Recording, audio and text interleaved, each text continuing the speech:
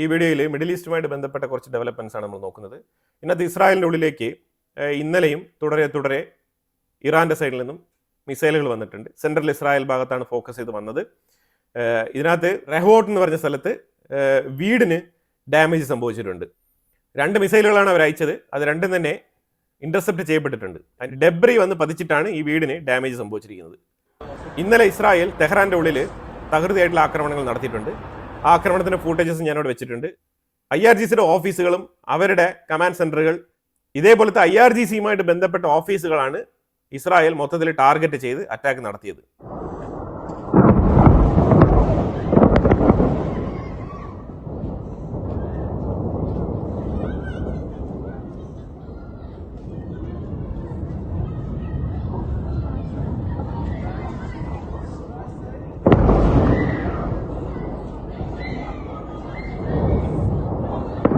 Large scale of അറ്റാക്കാണ് നടത്തിയത്. തെഹ്റാൻ്റെ ഉള്ളിലാണ് ഈ ആക്രമണം നടത്തിയിരിക്കുന്നത്. റാസ് കോഹൻ എന്ന് പറഞ്ഞൊരു വ്യക്തി, 24 വയസ്സാണ്. അയൺ ഡോം എന്ന് പറഞ്ഞ ഇസ്രായേലിൻ്റെ എയർ ഡിഫൻസ് സിസ്റ്റവുമായിട്ട് ബന്ധപ്പെട്ട വിങ്ങിൽ വർക്ക് ചെയ്യുന്ന വ്യക്തിയാണ്. ഒരു സെക്യൂരിറ്റി ഓഫീസറാണ്. ഇയാളെ ഇസ്രായേൽ അറസ്റ്റ് ചെയ്തിരിക്കുകയാണ്. അത് കുറേ മാസങ്ങളായിട്ട് ഇറാൻ ഇൻ്റലിജൻസ് ഏജൻസിയുമായിട്ട് ഇയാൾക്ക് ബന്ധമുണ്ട് എന്നാണ് ഇസ്രായേലിൻ്റെ വാദം മാത്രമല്ല, എൻ്റെ കണ്ടെത്തലുണ്ട്. കണ്ടെത്തലിനെ തുടർന്നാണ് ഇയാളെ അറസ്റ്റ് ചെയ്തിരിക്കുന്നത്. അപ്പോൾ അതായത് മിസൈലുകൾ അയക്കുമ്പോൾ ഒരു പക്ഷേ അയൺ ഡോം കൃത്യമായിട്ട് പ്രവർത്തിപ്പിക്കാതിരിക്കാനുള്ള എന്തെങ്കിലുമൊക്കെ തരികിട പരിപാടികൾ ഇയാൾ ചെയ്തിട്ടുണ്ടോ എന്നും കൂടി അന്വേഷിക്കുന്നുണ്ട് ഇസ്രായേൽ.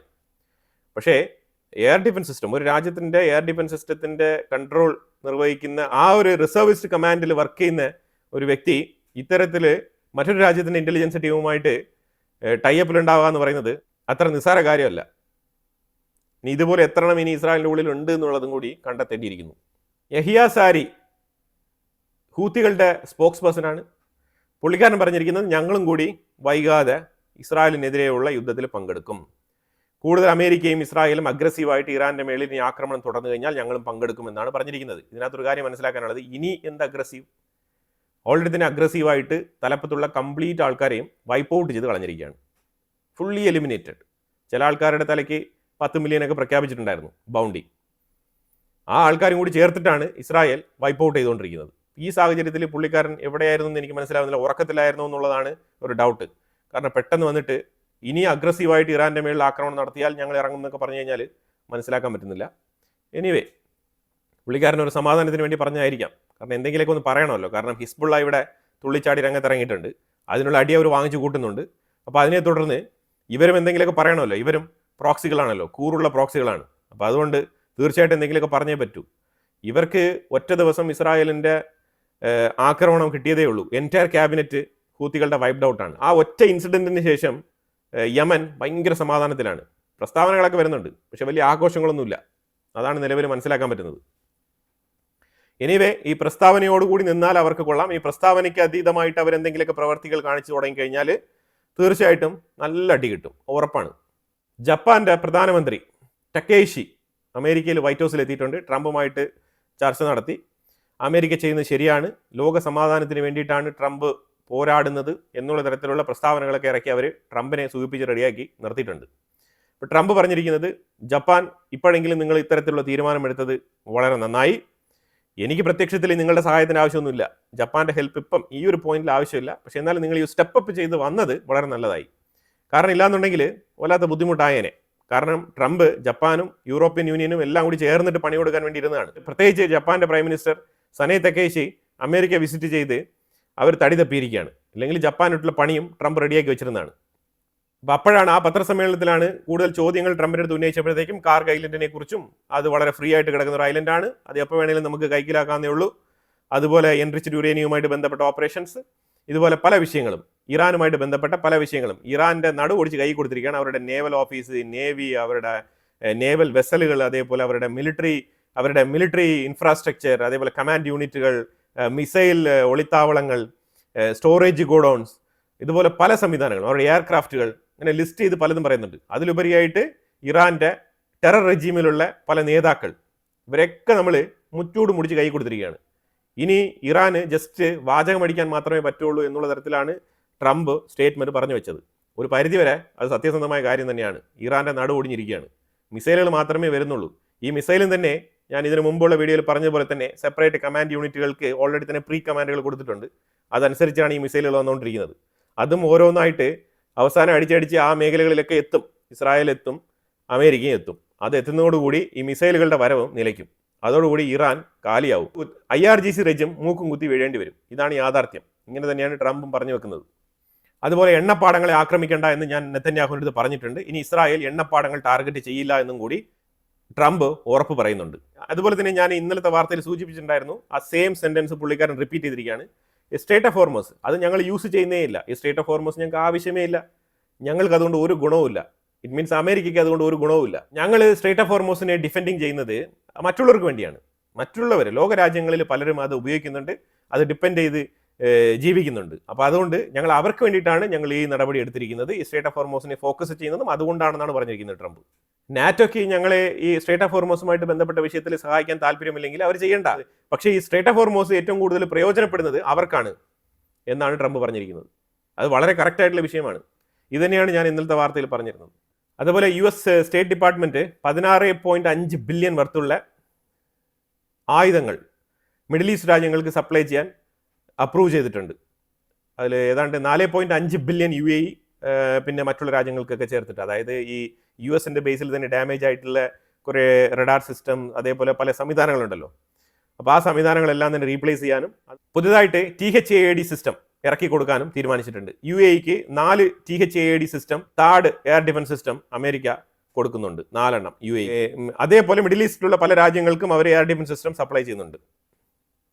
അപ്പോൾ അതിനുള്ള ബില്ലാണ് പാസ്സാക്കിയിരിക്കുന്നത്. ഏതാണ്ട് $16.5 ബില്യൺ വർത്ത് വരുന്ന ബില്ലാണ് പാസ്സാക്കിയിരിക്കുന്നത്. UAEക്ക് AMRAM മിസൈൽ, അതുപോലെ തന്നെ F-16 അപ്ഗ്രേഡ്, റഡാർ സിസ്റ്റം, അതേപോലെ ഡ്രോൺ ഡിഫൻസ് സിസ്റ്റം, ഇത്തരത്തിലുള്ള കാര്യങ്ങളൊക്കെ UAEക്ക് സപ്ലൈ ചെയ്യുന്നുണ്ട്. അതേപോലെ കുവൈറ്റിലേക്ക് air and missile defence radar system, ജോർദാനിലേക്ക് എയർക്രാഫ്റ്റ് റിപ്പയർ, അതേപോലെ തന്നെ വെപ്പൺ സപ്പോർട്ട്, ഇങ്ങനെയാണ് പറഞ്ഞിരിക്കുന്നത്. അപ്പോൾ ഈ 3 രാജ്യങ്ങൾക്കുമായിട്ടാണ് ഈ $16.5 ബില്യൺ അപ്രൂവ് ചെയ്തിരിക്കുന്നത് അമേരിക്ക. അതുപോലെ തന്നെ ലിറ്റാനി റിവറിൻ്റെ തൊട്ടടുത്ത് ലെബനനിൽ IDF നടത്തിയ എയർ സ്ട്രൈക്കിൽ റഷ്യൻ RT ചാനലിൻ്റെ റിപ്പോർട്ടറിന് പരിക്കേറ്റിട്ടുണ്ട്. അയാൾ റിപ്പോർട്ട് ചെയ്തുകൊണ്ടിരിക്കുമ്പോഴാണ് അയാളുടെ തലയ്ക്ക് മീതെ ഈ മിസൈല് ചീറിപ്പാഞ്ഞു പോയി തൊട്ടടുത്ത് തന്നെ പതിക്കുന്നത്. അതിൽ നിന്നും ഡെബ്രി തെറിച്ച് വന്ന് ഇയാൾക്ക് ഇഞ്ചുറി ഉണ്ടായിട്ടുണ്ട്, ഹോസ്പിറ്റലൈസ്ഡ് ആണ്. അതിന്റെ വീഡിയോ ഫുട്ടേജ് ഞാൻ ഇവിടെ ഷെയർ ചെയ്യുന്നുണ്ട്.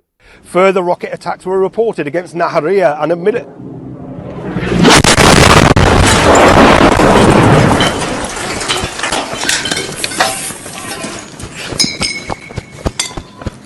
ഇന്റർസെപ്റ്റേഴ്സ് സേവ് ചെയ്യുന്നതിൻ്റെ ഭാഗമായിട്ട് ഇസ്രായേലിൻ്റെ ഉള്ളിൽ ഇറാനിൽ നിന്ന് വരുന്ന ചില മിസൈലുകളെ ഷൂട്ട് ചെയ്യാതെ വിടുന്നു, ഇന്റർസെപ്റ്റ് ചെയ്യപ്പെടാതെ പോകുന്നു എന്നുള്ളൊരു ക്ലെയിം ഇസ്രായേലിൻ്റെ ഉള്ളിൽ തന്നെ വരുന്നുണ്ട്.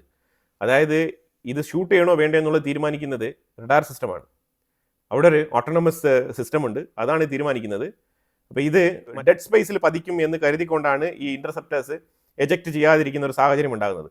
പക്ഷേ അതേസമയം കോമൺ പീപ്പിളിന് അറിയില്ല ഇത് എവിടെ പോയി പതിക്കും, എന്താണ് സംഗതി, ഇന്റർസെപ്റ്റ് ചെയ്യപ്പെടുമോ പെടില്ലയോ എന്നുള്ളതൊന്നും ഇതറിയില്ല. പക്ഷേ അതേസമയം ക്ലസ്റ്റർ വാർഹെഡുകളാണ് വരുന്നുണ്ടെങ്കിൽ ഇന്റർസെപ്റ്റേഴ്സിന് എഫിഷ്യൻ്റ് ആയിട്ട് പ്രവർത്തിക്കാൻ കഴിയുകയില്ല. കാരണം ആ ഒരു ഡിസ്റ്റൻസ് മെയിൻറ്റെയിൻ ചെയ്യേണ്ടതുണ്ട്.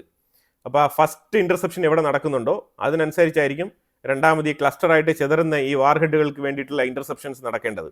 അപ്പോൾ അതിൽ ടൈം ഡിലേ വന്നു കഴിഞ്ഞാൽ 1-2 എണ്ണം വന്ന് പതിക്കാനുള്ള സാധ്യതയാണ് വളരെ കൂടുതൽ. അത്തരത്തിലുള്ള അപകടങ്ങളാണ് ഇപ്പം ഇസ്രായേലിൽ ഒട്ടാകെ നടന്നുകൊണ്ടിരിക്കുന്നത്. അപ്പോൾ എന്തായാലും ഇന്റർസെപ്റ്ററുകളെ കുറ്റം പറഞ്ഞുകൊണ്ടുള്ള വാർത്തയും വരുന്നുണ്ട് ഇസ്രായേലിൻ്റെ ഉള്ളിൽ നിന്ന്.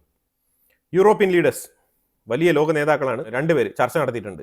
ഒന്ന് ജർമ്മനിയിലെ മെർസ് ഫ്രെഡറിക്കും, ജർമ്മനിയുടെ ചാൻസലർ മെർസ് ഫ്രെഡറിക്കും. രണ്ടാമത് ഫ്രാൻസിൻ്റെ പ്രസിഡന്റ് ഇമ്മാനുവൽ മാക്രോണിലാണ്. അത് മിഡിൽ ഈസ്റ്റ് മേഖലയിലേക്ക് എണ്ണപ്പാടങ്ങൾ, അതായത് എനർജി സോഴ്സുകൾ, വെള്ളം, കുടിവെള്ളം, പവർ ഗ്രിഡുകൾ, ഇത്തരത്തിലുള്ള സോഴ്സുകളെ അറ്റാക്ക് ചെയ്യാതിരിക്കാൻ വേണ്ടിയിട്ട് നമ്മൾ പ്രഷർ ഇടണം എന്നാണ് പറഞ്ഞിരിക്കുന്നത്. അത് പിന്നെ ഇറാൻ്റെ അടുത്ത് സംസാരിച്ച് ആ കാര്യത്തിലൊരു തീരുമാനം ഉണ്ടാക്കൂ, അല്ലെ നിങ്ങൾ 2 സംസാരിച്ചിട്ട് എന്ത് കാര്യമാണ്? ഇപ്പോൾ കുറേ നാൾ, ഇപ്പോൾ 2 ദിവസത്തിന് മുമ്പാണ് ഇമ്മാനുവൽ മാക്രോൺ മസൂദ് പെസസ്കിയാനുമായിട്ട് ചർച്ച നടത്തി എന്നൊക്കെ പറഞ്ഞിരുന്നത്. ഇപ്പോൾ വീണ്ടും ആക്രമണങ്ങൾ നടന്നുകൊണ്ടിരിക്കുകയാണ്. എന്നിട്ടാണ് ഇന്നലെ സൗദിയിലും കുവൈറ്റിലും ഖത്തറിലൊക്കെ ഗ്യാസ് പ്ലാന്റുകൾ വരെ ഇറാൻ അറ്റാക്ക് നടത്തിയത്. അപ്പോൾ ഈ സാഹചര്യത്തിൽ ഇവർ ഇങ്ങനെ ചർച്ച നടത്തിക്കൊണ്ടിരുന്നാൽ മതിയോ എന്നുള്ള ചോദ്യം കൂടിയുണ്ട്. അപ്പം ഇത്തരം കലാപങ്ങൾക്കിടയിലും ഗാസയിൽ നിന്നും റഫ ബോർഡർ തുറന്നിട്ടുണ്ട്, ഈജിപ്തിലേക്കുള്ള ഓപ്പണിംഗ്. അത് ഇസ്രായേൽ ഇപ്പോൾ ഇന്നലെയാണ് അത് ഓപ്പൺ ചെയ്തത്. പരിക്കേറ്റ 8 പലസ്തീനിയൻസും അതേപോലെ അവരുടെ കുടുംബാംഗങ്ങളായിട്ടുള്ള ഒരു 17 പേരും ഇതിലൂടെ ഈജിപ്തിലേക്ക് കടന്നു പോയിട്ടുണ്ട്. അവർ ചികിത്സയ്ക്ക് പോയതായിട്ടാണ് മനസ്സിലാക്കാൻ പറ്റുന്നത്. എന്തായാലും ഇസ്രായേൽ പറയുന്നത് ആവശ്യങ്ങൾക്ക് വേണ്ടി മാത്രം അത് തുറക്കുമെന്നാണ് അവരുടെ നിലപാട്. അപ്പോൾ അത് തന്നെയാണ് ഇപ്പോഴും ഫോളോ ചെയ്യുന്നത്. സോ കണ്ടിന്യൂസ് ആയിട്ട് ഇത് തുറന്ന് വെക്കത്തില്ല. ടൈം ടു ടൈം ആവശ്യം വന്നാൽ മാത്രമാണ് ഇത് തുറക്കുന്നത്. ആ തുറന്ന സമയത്ത് അങ്ങോട്ടും ഇങ്ങോട്ടും ചില വാഹനങ്ങളൊക്കെ പോയിട്ടുണ്ട്. അതും ഇസ്രായേൽ കൃത്യമായിട്ട് പരിശോധിച്ചിട്ടാണ് കയറ്റിവിട്ടിരിക്കുന്നത്. ഫ്രാൻസിൻ്റെ എയർക്രാഫ്റ്റ് മെഡിറ്ററേനിയൻ സീയിൽ കിടപ്പുണ്ട്. അതുമായിട്ട് ബന്ധപ്പെട്ട് ഒരു റണ്ണിങ് ആപ്പ് ലൊക്കേഷൻ ടാഗ് ചെയ്തിട്ടുണ്ട്.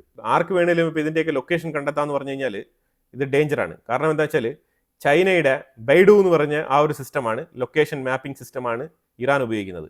ആ മാപ്പിംഗ് സിസ്റ്റം ഉപയോഗിച്ചുകൊണ്ടാണ് അവർ മിഡിൽ ഈസ്റ്റിലായിക്കോട്ടെ പല മേഖലകളിലേക്കും അവർ കൃത്യമായിട്ട് മിസൈൽ ടാർഗറ്റ് ചെയ്ത് അയച്ചുകൊണ്ടിരിക്കുന്നത്. അപ്പോൾ ഇതിനെ ഏറ്റവും കൂടുതൽ ഹെൽപ്പ് ചെയ്യുന്നത് ചൈനയാണ്. ചൈനയിൽ നിന്ന് തന്നെയായിരിക്കും ഈ ലൊക്കേഷൻസ് എല്ലാം കൃത്യമായിട്ട് മാർക്ക് ചെയ്ത് കൊടുക്കുന്നത്. ഇറാനിൽ ജസ്റ്റ് ഓപ്പറേഷൻസ് മാത്രമാണ് നടക്കുന്നത്. ഇതിൻ്റെ മാപ്പ്, ലൊക്കേഷൻസ്, പ്ലാനിങ് ഇതെല്ലാം ചൈനയിലാണ് നടക്കുന്നത്. ഇതാണ് വളരെ വ്യക്തമായിട്ട് ഒരു ഇന്റലിജൻസ് റിപ്പോർട്ട് പറഞ്ഞു വെക്കുന്നത്. ചൈനയാണ് ഈ യുദ്ധം നയിക്കുന്നത് എന്ന വിഷയം നമ്മൾ ഇതിനു മുമ്പ് തന്നെ വാർത്തയിൽ പറഞ്ഞിട്ടുണ്ട്. അപ്പോൾ അത്തരത്തിൽ ചൈന ക്രിസ്റ്റൽ ക്ലിയർ ആയിട്ട് ഈ യുദ്ധം മുന്നോട്ട് നയിച്ചുകൊണ്ടിരിക്കുകയാണ്. അതുകൊണ്ടാണ് മിസൈലുകൾ വന്നുകൊണ്ടേയിരിക്കുന്നത്. കാരണം ഇറാന്റെ ലീഡേഴ്സ് അല്ല മിസൈൽ അയക്കുന്നത്, ഗൈഡ് ചെയ്യുന്നത്. ഇതെല്ലാം കംപ്ലീറ്റ് ചൈനയിൽ നിന്നാണ് നടന്നുകൊണ്ടിരിക്കുന്നത്. ഇറാന്റെ IRGCയിൽപ്പെട്ട ആൾക്കാർ ആരെങ്കിലും ചൈനയിൽ പോയി ഇരുന്നുകൊണ്ട് സേഫ് ആയിട്ട് ഈ കാര്യങ്ങളൊക്കെ നടപ്പിലാക്കുന്നുണ്ടോ എന്നുള്ളതും കൂടി ഒന്ന് അന്വേഷിച്ച് കണ്ടെത്തേണ്ടതുണ്ട്. ഇല്ലാന്നുണ്ടെങ്കിൽ ഇറാൻ നശിച്ചാലും മിസൈലുകൾ വന്നുകൊണ്ടേയിരിക്കും. അതാണ് മനസ്സിലാക്കാൻ പറ്റുന്നത്. അപ്പോൾ എന്തായാലും വളരെ ഇമ്പോർട്ടൻ്റ് ആയിട്ടുള്ള വിഷയങ്ങളാണ് നമ്മൾ വീഡിയോയിൽ പങ്കുവച്ചത്. ഇതിനെക്കുറിച്ചുള്ള അഭിപ്രായങ്ങൾ കമന്റ് ബോക്സിൽ രേഖപ്പെടുത്തുക. കൂടുതൽ വാർത്തകളുമായിട്ട് അടുത്ത വീഡിയോയിൽ വരാം. Thank you so much.